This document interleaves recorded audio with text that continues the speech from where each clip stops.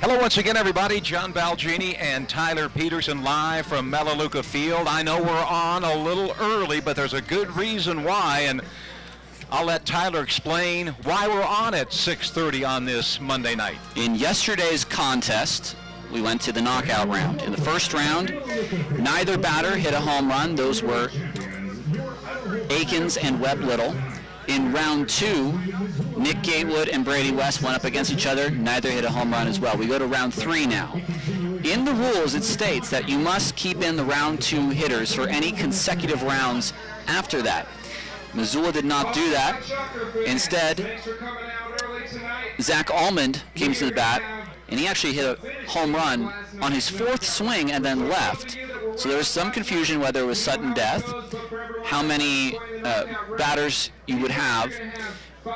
Gardy still sent out West again. So Missoula, the Chuckers protested officially. Missoula was found to have used an ineligible batter for the third round. So now what's going to happen is we'll replay that third round with Nate Gatewood and Brady West. And then it'll be whoever hits more wins. And John, the wind's blowing out today. What a difference from yesterday when it was blowing in at about a 25-mile-per-hour clip. Today, it's blowing out, so I don't think we'll see many balls not leave the park, but it's going to be Nick Gatewood, who has 3 home runs this year for the Paddleheads, against Brady West, who has 2 home runs for the Chuckers. So the loss that we chalked up to the Chuckers last night, well, it's not yet. The Chuckers get a second chance. Of course, that was the first time the Chuckers have been involved in the knockout round. It was the third time Missoula had been, but Tyler, they had never gone past the first round. No, in fact, they beat, I believe it was Boise in Missoula. They lost to Billings in Missoula. And then here, this was the first time anywhere across the league that we've gone to 3 1-2-round knockout round. That was Boise versus Great Falls. That went to 2 rounds.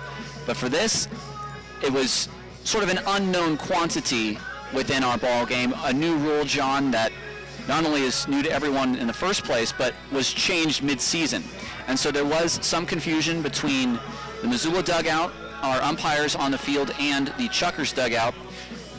There was a mid-game check by home plate umpire Mike Colson, who informed Michael Schlack that he had the opportunity to keep in the same hitter. Michael Schlack said that, I'm just reading off of the statement from the league here, Michael Schlack said that they'd already hit.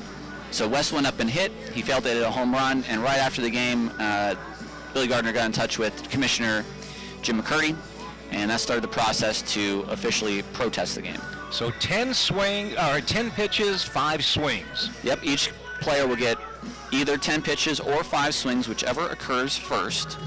Whoever hits more home runs will be declared the winner, and that's it. That's how the knockout round works.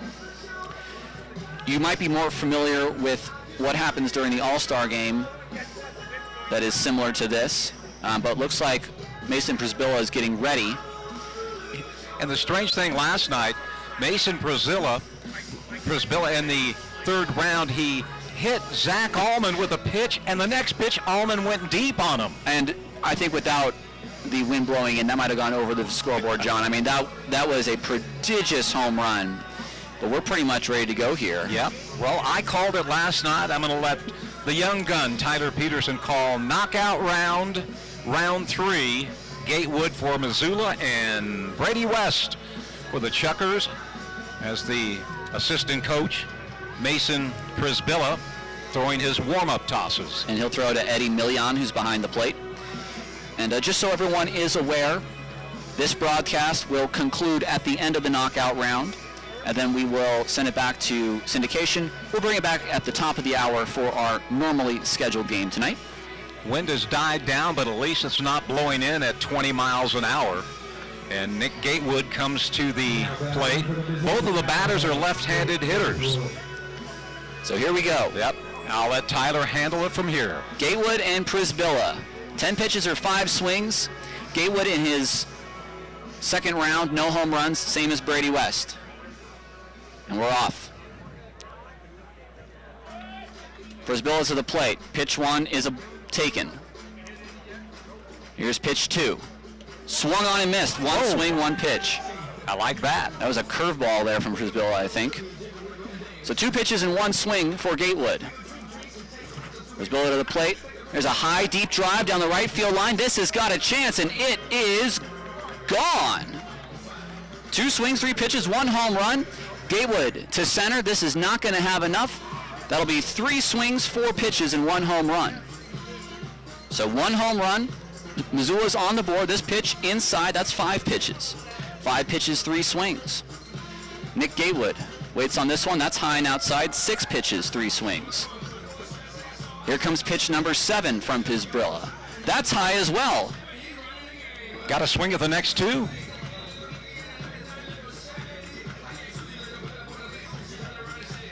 Next pitch to Gatewood outside, and this should be either, I might have miscounted, this might be 9 here. Prisbilla to the plate. That's outside as well, and this is it. This is the last pitch. Prisbilla's got to get it in here. Gatewood has to swing at this no matter where it is. Prisbilla to the plate. This is a line drive to center. 1 home run for Nick Gatewood. Oh no. I thought I must have miscounted. Well, that's 10. Well, that almost got interesting. Now it's Bob Malacky, the former major leaguer, the Chuckers pitching coach. I thought I was going to Brady West. I thought I was being meticulous there, John. I guess. I did too. And the fans are getting into this. All right, so West needs 1 to send us to the next round, 2, and the Chuckers win the ball game. Brady got awfully close yesterday. All right, Malacky setting it up. Here we go. Bronson Butcher will catch. Bob Malacky will get a few warm-up pitches. He's going to get the L screen just right to where he likes to throw it. Everything we hear about Malacky and BP is that he throws pearls. Some meatballs up there. So Brady West can really give it a swing if he wants. Wind blowing pretty much straight out. Here we go. Good news for Brady West is he's done this 2 times already. First pitch to West. Taken, pitch 1. Here's pitch 2. A high drive, that's not going to get out.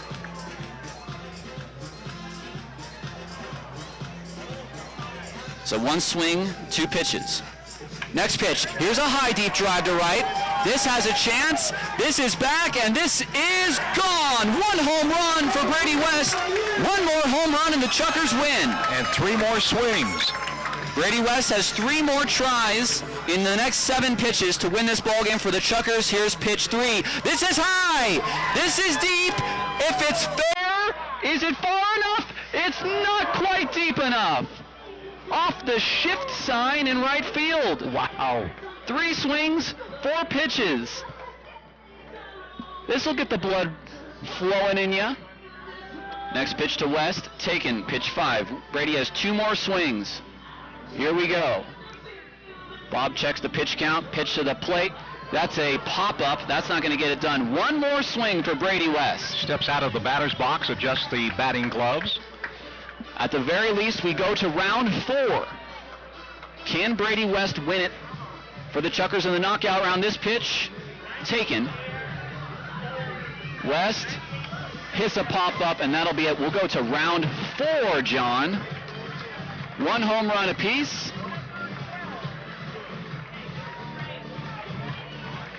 And now it's Gatewood for the Paddleheads. Coming into the ballpark, got a little something special going on for you. This is a continuation of last night's knockout round. So round 4, Mason Prisbilla. You know, how crazy is this, Tyler? What if the first half is decided by 1 game? That's why what happened last night was so important, why the protest went forward, why there was investigation, and why we need to get it right. So Prisbilla probably not too happy with what he offered Gatewood last time. He's warm now, though. Here we go.